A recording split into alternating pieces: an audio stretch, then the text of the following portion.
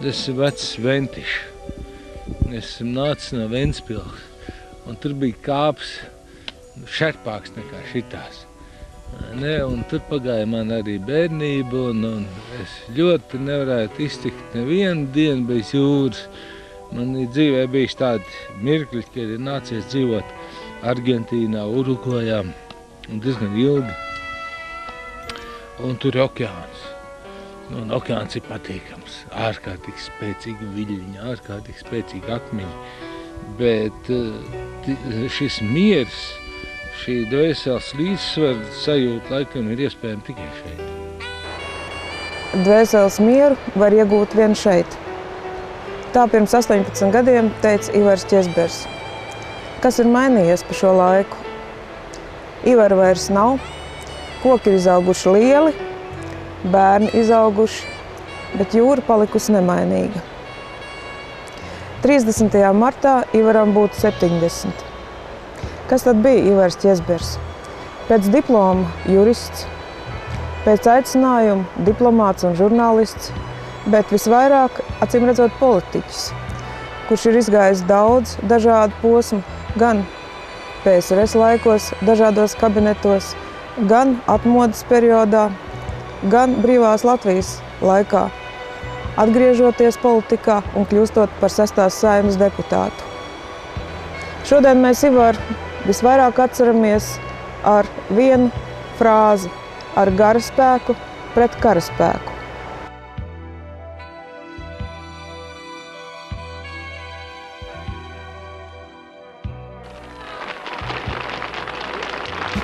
Man ir viena šeit, Daugavas krastmalā, pie radioaparātiem, pie televīzijas ekrāniem. Man šodien gribās teikt tā, ka pirmais iespējas to, ko es redzu šeit, ir jūsu apkarotās sejas, jūsu dvēseli, jūsu griba strādāt pārbūves labā. Man tiešām ir spēks redzot jūs, un es uzdot sev jautājumu, vai arī agrāk es esmu to apzinājies, vai mēs paši esam to apzinājušies.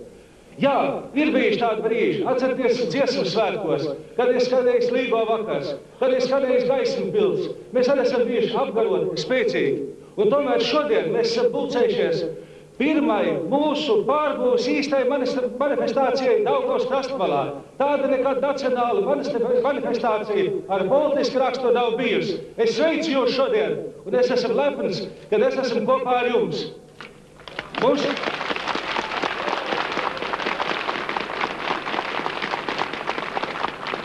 Man gribās uzdot vēl vienu jautājumu. Vai mēs šodien demonstrējam spēku? Jā, mēs demonstrējam savu intelektuālo spēku. Mēs demonstrējam savu garu spēku, bet nevis kara spēku. Šeit ir mūsu pārbūves spēks.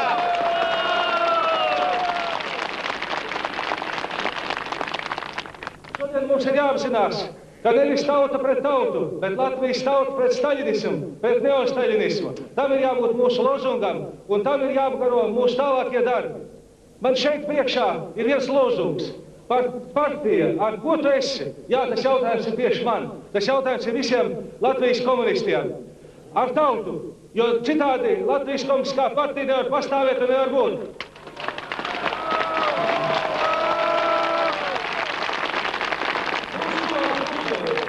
Es domāju, ka mēs esam visu skaidru un gaišu deklarējuši.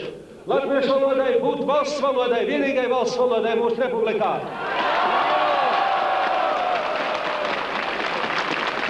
Mums ir skaidri un godīgi jāformulē Latvijas pilsoņu status mūsu republikā. Mums ir jāsasauc augstākās padomjas sesija, neatliekot šīs sesijas sasaukšanu.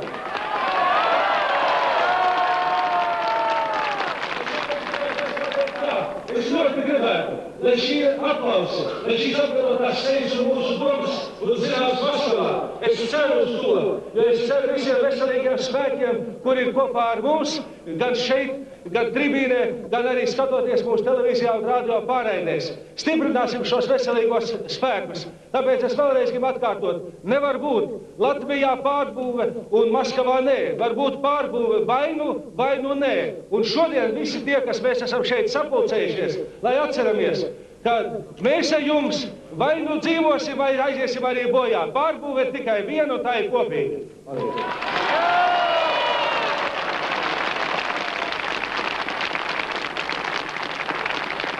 Ir tādi ļoti man nepatīkami apzīmējumi aparačiks, partokrātija.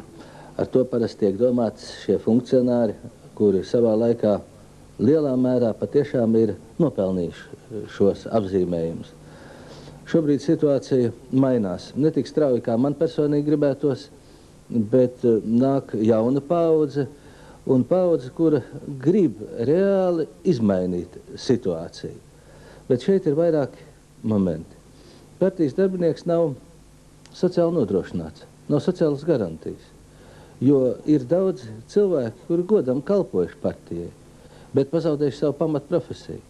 Un ja jūs esat gadus 15, 20 atdevis partijas darbam un esat bijis veterinārā ārsts vai matemātikas skolotājs, diez vai jums šodien būs iespēja atgriezties savā pamatu profesijā, ja būs jāsāk, kā angļi saka, no scratch, no pašiem pamatiem, no starta līnijas. To šodien jārada ir šis sociālās garantijas mehānisms. Es personīgi domāju, ka vienkārši ir materiāli jāpalīdz un arī jāpārkvalificējas šiem cilvēkiem. Bet tā jau, diemžēl, vēsturē bijis, ka ne visi atrod savu vietu krustcelēs, tad, kad mainās patiešām politiskā situācija. Pārbūves process mūsu valstī, Baltijas situācijā, sakrīt ar nacionālo atzimšanu, ar to, ka Latvijas tauta sāk apzināties savu identitāti ekonomikā, politikā. Es domāju, mēs sev pieskaitām Eiropai, un tas ir ļoti principiāls jautājums, un es domāju, ka vairums no mums grib atgriezties šajā Eiropā, bet Eiropa prasa savu kvalitāti.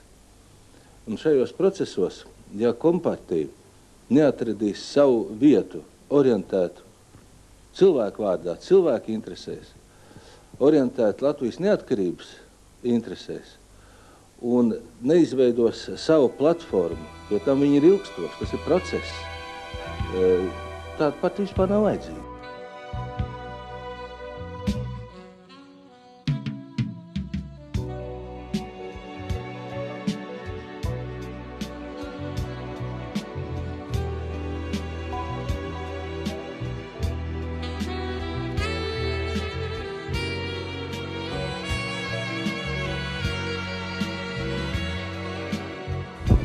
Ko jūs teikt tiem skatītājiem, kas tagad sēž un klausās jūsos un domā, atkal tas Česbers runā, viņš bija komunists, viņā vispār nav vērts klausīties, tā ir tukša vieta.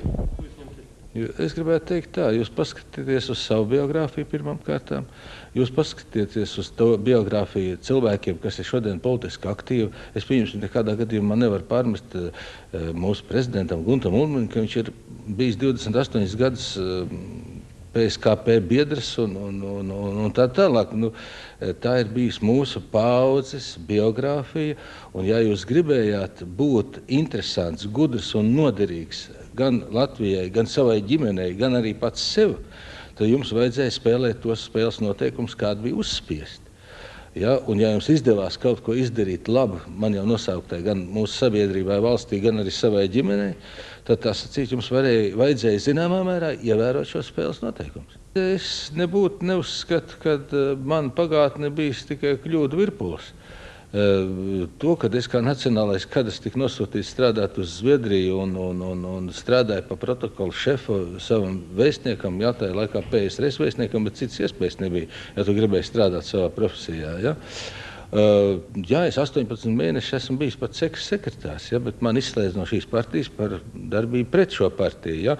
Līdz ar to man nav diskomforta sajūta par pagātni, jo es esmu maksimāli darījis to, ko es varēju, strādājot gan vadot radio un televīzijas komiteju, gan būdams kultūras ministrs, gan būdams tos 18 mēnešus sekretārs, kamēr man izslēdza no partijas. Es sevi uzskatu par komandas cilvēku. Un šī atgriešanās, jeb cīņa sākās tad, kad man Čeverkungs uzaicināja strādāt fonds drošību, tad, kad organizējās šis fonds par Latvijas iekšējo drošību, un es biju viņam tāds konsultants, padomnieks, un faktiski arī šodien mans status nav izmainījies. Es esmu atkal šajā Čeveru komandā, tikai citā kvalitātē. Un redziet, bija jāveido un jānostiprina tādas centriskās, varbūt mazliet pa kreisi no centra pozīcijas. Ja? Un šī niša bija brīva, un tāpēc izveidojās gan programma, gan cilvēku kopa, kolektīvs, kas izveidoja šo partijas saimnieks, vēlāk Demokrātisko partijas saimnieks, un domāju, ka manas padomas varbūt vēl noderētu tālāk, veidojot plašāku un vēl nopietnāku centrisku politisku partiju. Kā jūs šobrīd pats personīgi jūties kā cilvēks? Ziniet, es jūtos nevisai komfortabli, izjūtu tādu diskomforta sajūtu, jo man liekas, ka šodien ļoti daudz vēl strādā cilvēki individuāli, pārāk maz mēs domājam par Latviju. Mēs domājam ļoti par savu labklājību, par atsevišķu struktūru labklājību, un līdz ar to daudz ko veic arī pašreizējā valdība, un arī varbūt mūsu atsevišķu partijas biedri man neapmierina. Kas jūs personīgi, kā cilvēks, šobrīd visvairāk nomoka? Gan dienā, gan vakarā, kas nedod jums mieru, bez iepriekš teiktāja? Ziniet, es domāju tā, par cik es esmu piekritis un ļoti gribēju kļūt par Saeimas deputātu, man šodien ļoti neapmierina Saeimas darbs. Es patiešām agrāk biju ļoti stingri izteikts tā saucamā 81. Satversmes panta pretinieks, ja? Ka nevajadzētu pieņemt ministra kabineta rīkojumus, kuriem ir faktiski likumdošanas spēks. Tagad es redzu, ka tad, kad Saeima ir brīvdienās, patiešām ministra kabinets veic ļoti lielu, arī pozitīvu darbu, es domāju, ja? Tieši likumdošanas jomā. Un tagad gandrīz visi šie likumdošanas akti ir apstiprinājušies likumdošanas ceļā jau Saeimā. Man liekas, ka Saeimai būtu jāstrādā vismaz 2 plenāras sēdes nedēļā, ja mēs gribam paiet uz priekšu. Un faktiski jābūt tādai Saeimas koncepcijai.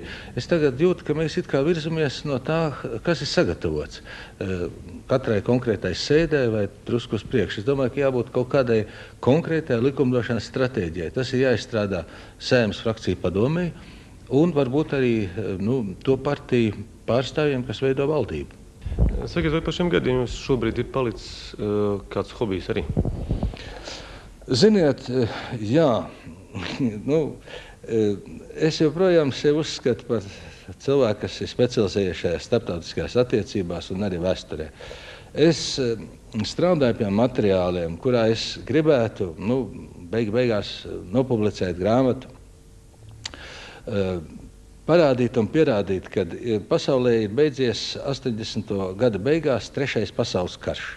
Bet tikai bez šāviena, bez atomieroču pielietošanas, kas varēja arī būt, bet viņš ir beidzies. Un kādas ir sekas sagrūstot šai postsocialistiskai telpai, kāda bija mehanismi, kas viņu sagrāva un tā tālāk. Vai Gorbačovs un viņa komanda bija vēsturē nejaušība vai likumsakarība un tā tālāk. Tās tāds puslīdz filozofisks pārdoms, bet es pie tā pašlaik strādāju. Bet, tas ir tāds mans hobijs. Mans vecais tāds ieradums, es ļoti daudz nodarbojos ar lietišķo protokolu, lietišķo sarunu veidošanu un tā tālāk.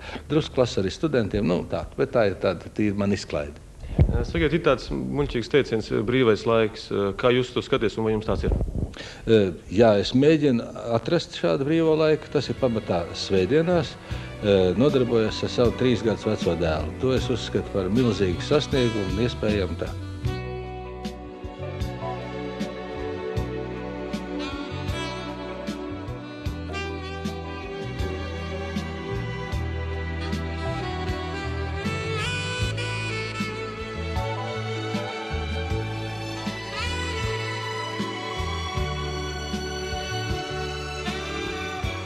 Es atceros kādreiz, kad tu stāstīji, ka tu šeit biji kā tāda, tautas pārstāvis, tai Kungu rajonā, jo te varēja ar visu valdību kādreiz satikties šajā stacijās.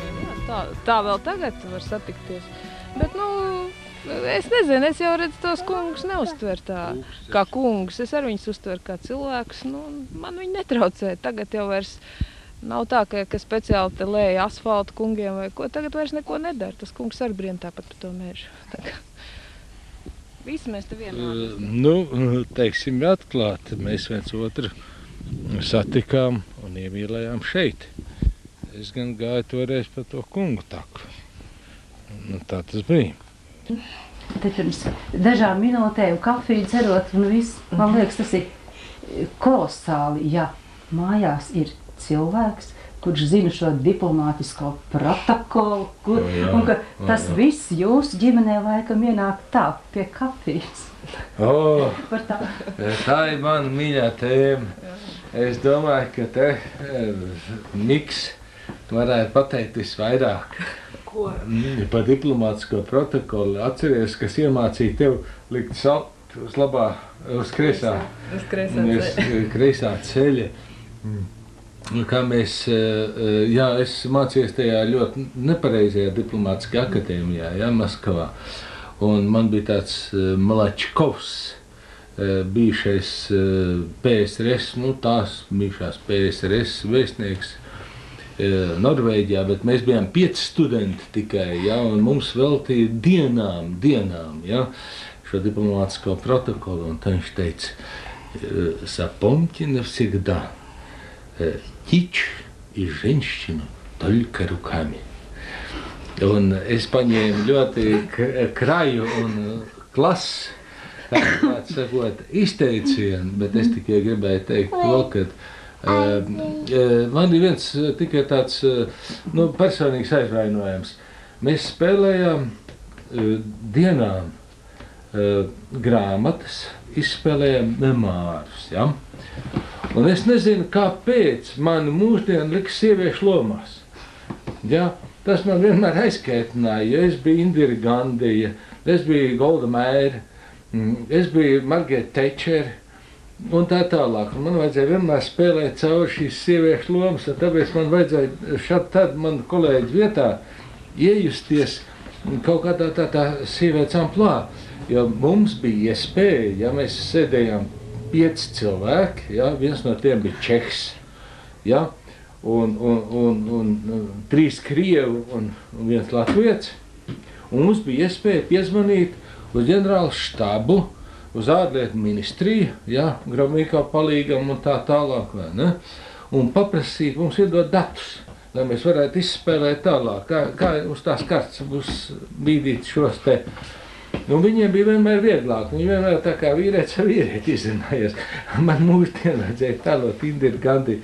Es nekad neaizmirsīšu to, bet es savā dzīvē ļoti, ļoti daudz spēlēju Indira Gandiju. Mums visu laiku mēģina iestāstīt, ka mēs ejam liberālisma virzienā. Pirmkārt, ir 2 liberālismi. Ir amerikāņu izpratnē liberālisms, Un amerikāņu liberālisms izpaudās 2 veidos. Viņiem pirmo reizi lika reģistrēt koltus. Un tā viņi teica, tā ir cīņa pret liberālismu, jo katrs var izraut 2 un šaut. Nākošais bija 20. gadi šnabi. Viskiju, pareizāk sakot, viņiem aizliedz. Atkal sekoja, kā var ierobežot liberālismu. Bet ir Eiropā liberālisms, tas ir centrisms. Tā ir izsvērta pozīcija, kad katrs vidus mēra cilvēks, es domāju, gan ar saviem dotumiem, savu talantu, savu izglītību, savu ģimeni un tā tālāk, var būt liberāli, brīvs un demokrātisks. Tas ir eksponēt ar saviem līdzekļiem. Un es aizstāvu šo liberālismu. Es esmu pret tiem cilvēkiem, kas ir nostrādājuši vai nomācījušos 3-4 mēnešus Amerikā un ieguvuši šo Amerikas liberālismu skolu. Es vienkārši smaidu par to. Es vienkārši atļaujos pasmaidīt par to, kas attiecās uz sociālajiem pabērniem. Nav sabiedrība neviena, kurā nav sociāla pabērna. Atcerēsimies Grieķiju, svied no kalna, no klints lejā, sociālos pabērnus. Un tā tālāk, Es gribētu tikai teikt to, ka es gribētu redzēt šo piramīdu, šito te ņem par piramīdu, tad šeit ir nevis 5% bagāto, bet otrādi. 5% lumpenu proletariātu, kas patiešām ir jebkurā sabiedrībā. Un tie mums jāuztur. Tu gribētu vispār, lai mazais Ivars tādā elitārā vidē augtu un skolotos? Tad, ja tādas iespējas pat būtu. Ko uztver par elitāru vidi, ja es tā paskatos es esmu redzējis deputātu bērnus, ja, kur staigā piepūtušies ar kolas buņģiņas mētājot un tā, un iet smalkā skolā privātā, tad, ja tu tā jautā, tad es negribētu. Es ļoti gribētu, lai mans bērns būtu, abi mani bērni būtu gudri, ja, lai viņi būtu ar labām manierēm, ar labu izglītību, bet es negribu, lai viņi būtu augstprātīgi, lai viņi būtu piepūtušies un lai viņi būtu atraušies no ikdienas, no zemes, ja, jo es domāju, ka viena no lielākajām vērtēm, kāda vispār ir, tā ir saglabāt vienmēr tādu normālu skatu uz dzīvi, vienkāršību, un šai ziņā, man liekas, ka mēs ar Ivaru esam stipri līdzīgi, jo var jau arī televīzijas žurnālisti būt piepūties kā balons un teikt, ka redz, kas es esmu, ja? Bet kas tad es esmu? Tāds pats cilvēks kā visi pārējie. Tāpat Jezbers, kurš ir bijis visāds ministrs un viss kas, ja? Viņš arī ir normāls cilvēks. Viņam nav problēmas runāties ar vienkāršiem lauku cilvēkiem, vai kā nav šīs augstprātības. Un to es vērtēju ļoti augstu. Jā, bet es tev gribētu iebilst mazliet. Ja?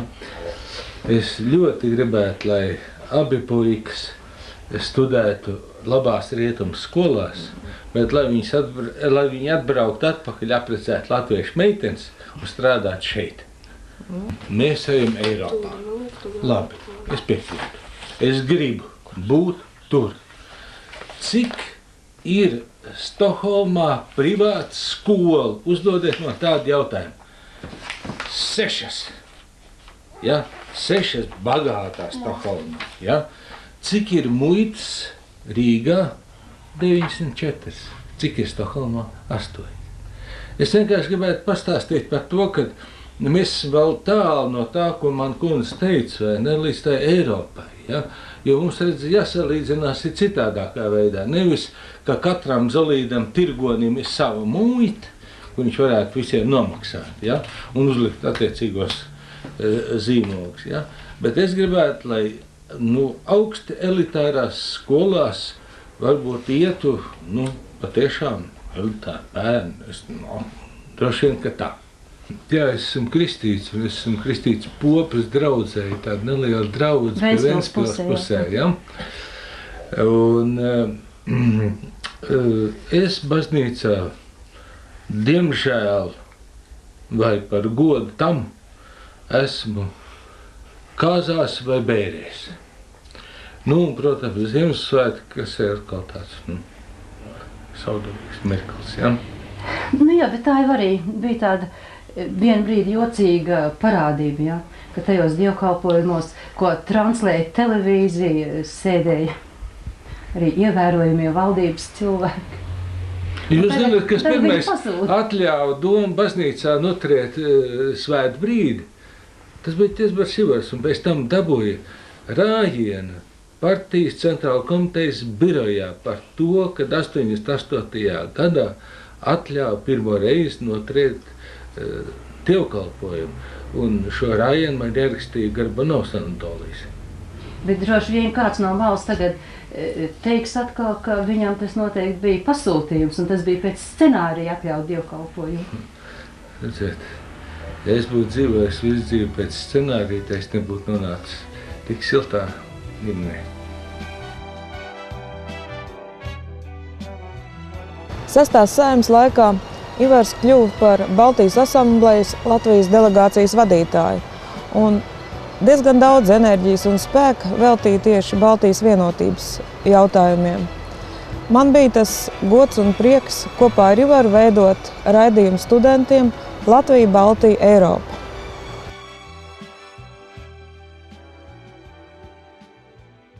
Atskatoties uz Baltijas valstu savstarpējām attiecībām, mūsu asamblejas starpsesiju posmā ar patiešām gandarījumu varam atzīmēt, ka tieši šajos mēnešos mūsu valdības parakstīja un visu 3 valstu parlamenti ratificēja līgumu par brīvā lauksaimniecības un zivju produkcijas tirgu izveidošanu.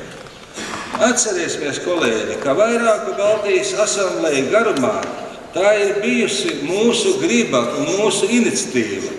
Tagad šis visnotaļ nozīmīgais solis ir spērts. Vakar, konkrēti tiekoties ar Latvijas premjerministru Šēles kungu, prezidijs vēlreiz konkretizēja un ieskicēja dažus tālākās virzības modeļus. Jūs zināt, ka mūsu mērķis ir virzīties vienotas muitas unijas virzienā, sakārtot likumdošanu, kas dotu vienādas darba iespējas un sociālas garantijas Baltijas telpā. Un mēs pat izteicām tādu priekšlikumu un tuvāko 1,5–2 gadu laikā koncentrēt šos pūliņus, kas arī ir šis darbs un virzība Eiropas Savienības augsto standartu virzienā. Aizritējušā pusgadā mums ir bijuši gan savstarpēji panākumi, risinot okupācijas režīmu atstāto mantojumu un veidojot vienotu reģionālu politiku, gan arī sarūktinājumu brīži. Taču arī tiem mēs esam tikuši pāri. Pirmo reizi Latvijas un Igaunijas valstu vēsturē ir stingri noteikta un parlamenta atbalstīta sauszemes un jūras robeža. Paldies zviedru kolēģiem, zviedru ekspertiem, viņu atbalstam, kuri palīdzēja mums panākt kompromisu. Šajā kontekstā ir jāatzīmē, ka beidzot ir sakustējies arī Valkas un Valgas samilsušais cilvēku pārvietošanās un vietējo ekonomisko sakaru jautājums. Tajā pat laikā gan draugi, gan nedraugi, katrs ar savām cerībām vēro Latvijas un Lietuvas ielgušo disputu par jūras robežlīniju, kas skar šelfa potenciālo naftas iegulu izmantošanu.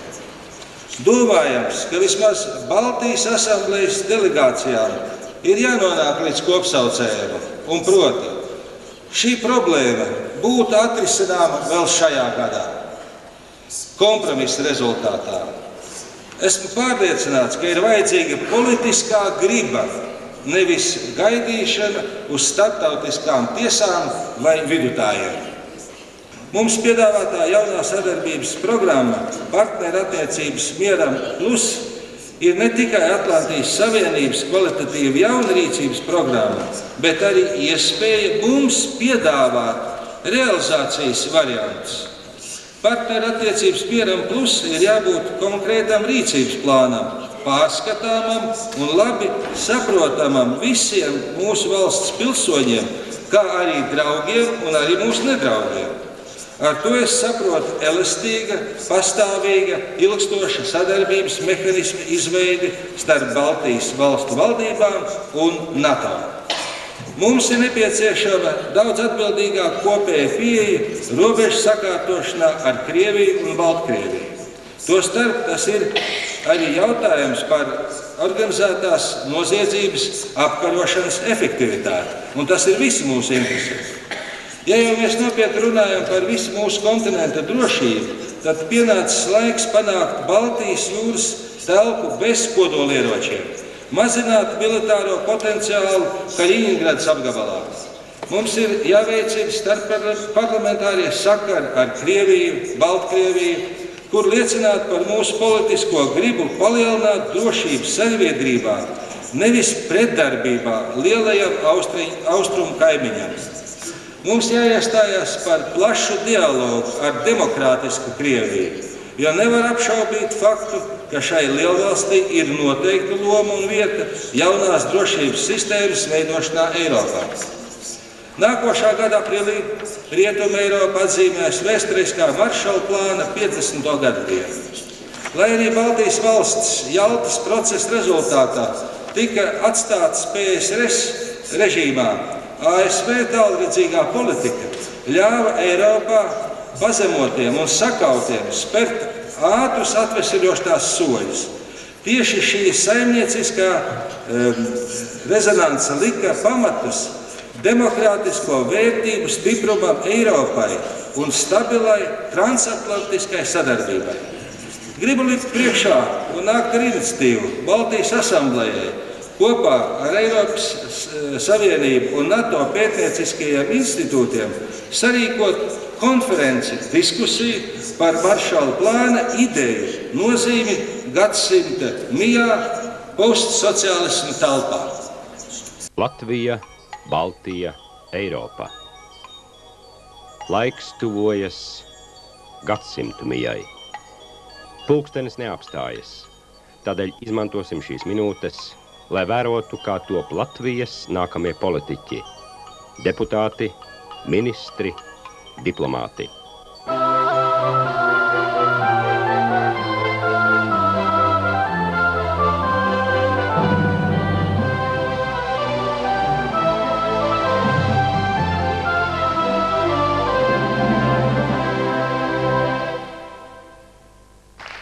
Labdien, studenti! Labdien, cienījamie televīzijas skatītāji! Ar šo brīdi Latvijas televīzija sāk jaunu konkursu Latvijas augstskolas studentiem, un šī konkursa nosaukums ir Latvija, Baltija, Eiropa. Šim konkursam ir vairāki mērķi. Viens no tiem ir popularizēt vienotas Baltijas telpas ideju. Otrkārt, atklāt jaunos, talantīgos, daudzsološos studentus, kur varētu piedalīties Baltijas asamblejas darbā. Tātad arī nākamos politiķus, respektīvi jūs.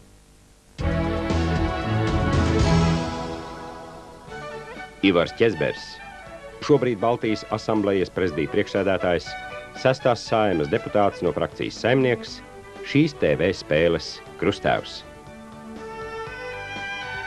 Raimonds Jansons, Latvijas Universitātes juridiskās fakultātes absolvents, aizvadīti 2 gadi darbā Latvijas vēstniecībā Kanādā, šobrīd ārlietu ministrijas juridiski politiskā departamenta direktors ar 3 nedēļu stāžu.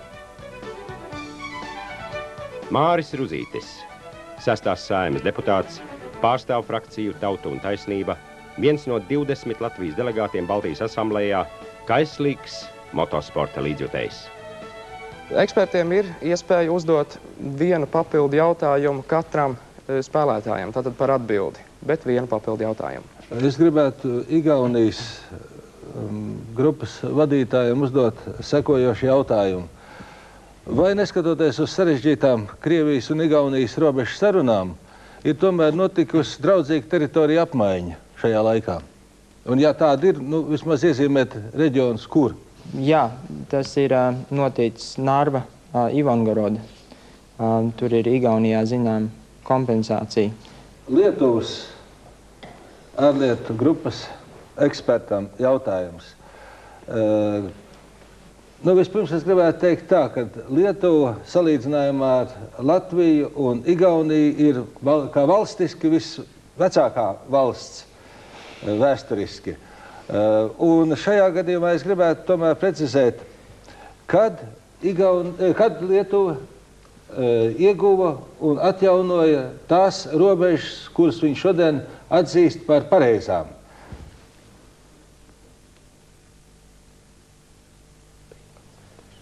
Šeit ir jāatgriežas pie vēstures, pie laika starp Pirmo un Otro pasaules karu, kad Lietuvas teritorijas pirmkārt Klaipēda pie Baltijas jūras bija Vācijas īpašums, un Viļņas apgabals bija Polijas pakļautībā.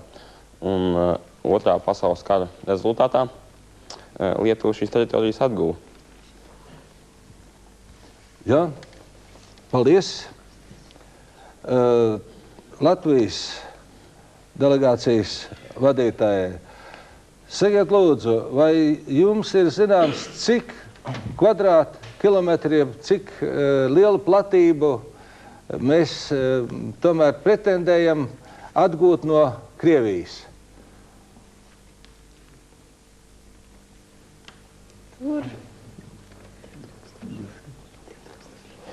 Kā man kolēģi precīzi saka, priekšā apmēram 2000 kvadrātkilometru. Vispirms, kolēģi, dalībnieki, es uzskatu, ka sākums ir sākums, un katrs sākums nav viegls, bet es domāju, ka ir pirmie tādi pamat akmeņi šajā sakārtotībā Baltijas telpā likti, un man gribētu šajā tādā pirmajā iesākumā atzīmēt un uzteikt visus, ir īpaši Māri, kurš cīnījās viens pats, un pat tiešām panāca labs rezultāts, bet pasniegt jums arī komandu vadītājiem balvu, un pēc tam mēs turpināsim tālāk vēl mūsu sarunu, mūsu tikšanos.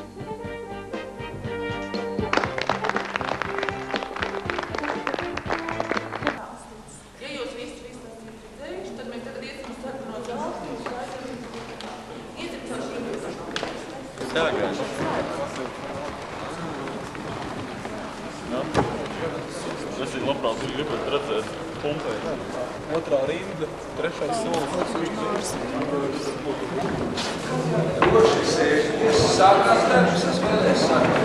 Saimā tas ir Mārta laiku.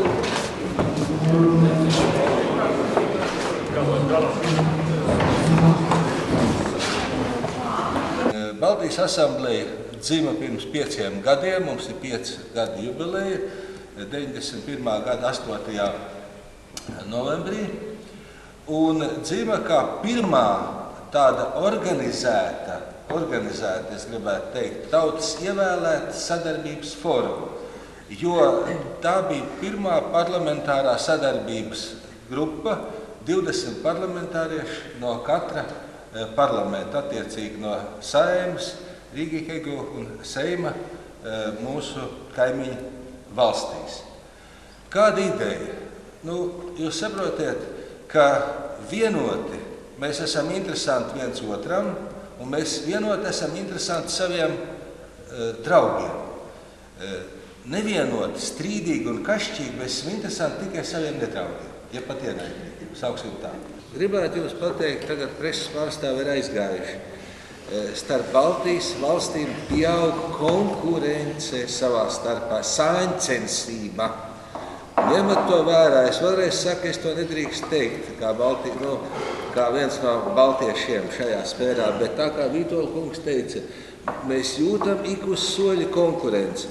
Aizbrauc uz ārzemēm, teiksim, ar Benelux valstīm, it kā mēs visi smaidām un sēžam kopā, bet katrs pa kaktam runājam par saviem jautājumiem, kurš ir labāks. Ja? Diemžēl šī konkurence vēl joprojām pieaug. Rīga un Zviedrija. Kāpēc? Tāpēc, ka to negrib Igauni. Ja? Vienkārši negrib. Fiziski negrib. Ja? Un tāpēc jūs varat salīdz un varētu pateikt, kā tā var notikt. Ja? Kad starp Rīgu un Stokholmu vai Norčepingu mēs nevaram vienu kuģīti iekustināt. Bet atradīs, nebūs rusi, kuram tur nav kaut kāda glābšanas vestes tik daudz, cik vajadzīgs. Vai ne? Atnāks vismodernākais kuģis, pateiks, ka viņš piesārņo ostu attiecīgi. Jo Igauņi pirmie pārtvēr šo tirgu, šo līniju Tallina, Stokholma, Helsinki, to pamēģiniet šodien no Rīgas palaist uz Helsinkiem. Jūs pusceļā apturēs to kuģi. Jo tā ir tikai vienkārši tāpēc, ka jūs paliekat ļoti interesanti, jūs ir konkurenti. Tā ir tā konkurences cīņa.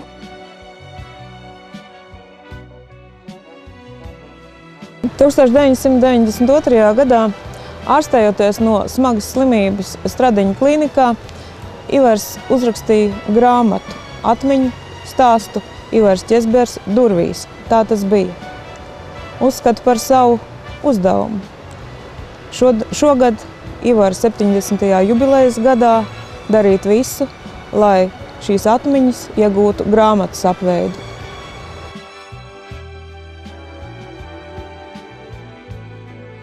Cik daudz jūs esat sasniegts? Cik daudz ir bijuši tādi kāpumi, kad faktiski esat pašā spicē, un cik daudz bijuši tā, kad faktiski aizmirstāt? Ziniet tā, es domāju, ka nekad dzīve nav kaut kas tāds lielceļam veidīgs. Ja? Dzīve ir, zināmā mērā, iešana caur mežu, pie tam brikšņēnu mežu. Domāju, ka es pašlaik esmu tādā mežmaliņā, kurā es redzu kaut kādu etapu skaidrību, ja? Vismaz savā posmā, bet es neko nenožēloju no savas iepriekšējās dzīves, jo es uzskatu, ka es nekad neesmu bijis konfliktā ar likumu un ar savu sirdsapziņu. Ziniet, es domāju, ka mēs pārāk viegli esam ietekmējami. Ja? Jūs atceraties mūsu vēl neseno vēsturi, kad mēs cerējām atbrauks latviešu emigrantu pārstāvi un viņi daudz ko izdarīs. Jūs atceraties, mēs balsojām par viņiem un iepriekšējās prezidentu vēlēšanās bija 2 kandidāti, kas ļoti cīnījās un tā tālāk. Es domāju, ka šis etaps ir kā pārgājis. Ja? Mēs sapratām, ka ir atsevišķi interesants personības, kas ir šeit ieradušās, bet nekāda brīnuma nenotiek. Nākošais brīnums, ka kāds no malas mums kaut ko pienesīs. Tā nebūs nekas, mums pašiem jāstrādā. Un vēl, ne katrs ievēlēts politiķis ir godīgs. Ja, un es domāju, ka mēs bieži vien domājam tā, ka ja mēs esam ievēlējuši, un ja viņam aiz viņa stāv 10 000 balsis, ka kaut ko viņš pārstāv skaidru un tīru, es domāju, ka politikā ir ļoti daudz netīrības. Un ja mēs nemēģināsim atrast šos tīros no netīros atsijāt, tur vēl viens profesionāļi. Jūs saprotiet, profesionāļi tomēr ir profesionāļi.